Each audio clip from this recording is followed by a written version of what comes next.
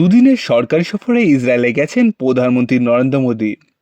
তাকে সব প্রোটোকল ভেঙে রেড কার্পেটে স্বাগত জানান বেঞ্জামিন নেতানিয়াহু এবং তার স্ত্রী সারা নেতানিয়াহু। 2017 সালে তার ঐতিহাসিক সফরের পর এটি তার দ্বিতীয় ইসরায়েল সফর, যা ভারত ও ইসরায়েলের সম্পর্ককে অন্য স্তরে নিয়ে যাবে। প্রধানমন্ত্রী নরেন্দ্র মোদীর সঙ্গে সফরসঙ্গী ছিলেন জাতীয় নিরাপত্তা উপদেষ্টা অজিত দোভাল এবং বিদেশমন্ত্রী এস জয়শঙ্কর। প্রধানমন্ত্রী নরেন্দ্র মোদী 25 ফেব্রুয়ারি 2026 ইসরায়েলের পার্লামেন্ট নেসেটে এক ঐতিহাসিক ভাষণ দেন। তিনি প্রথম ভারতীয় প্রধানমন্ত্রী হিসাবে এই সম্মান অর্জন করেন। তার ভাষণে তিনি 2023 সালে 7 অক্টোবর হামাস হামলাকে নিন্দা করেন। তিনি স্পষ্ট করে দেন যে কোনো অজুহাতেই সাধারণ নাগরিককে হত্যা বা সন্ত্রাসবাদকে সমর্থন করা যায় না।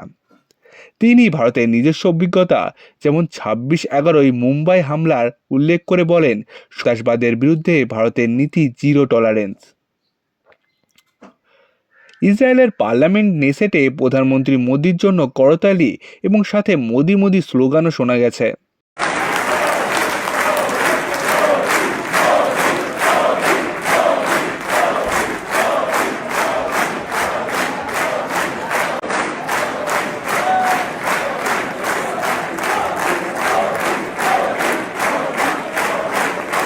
প্রধানমন্ত্রী নরেন্দ্র মোদীকে ইসরায়েলের পার্লামেন্টে speaker of the Knesset medal দিয়ে সম্মান জানানো হয়েছে, ভারত ও ইসরায়েলের মধ্যে স্ট্র্যাটেজিক পার্টনারশিপকে আরও গভীর ও শক্তিশালী করার জন্য।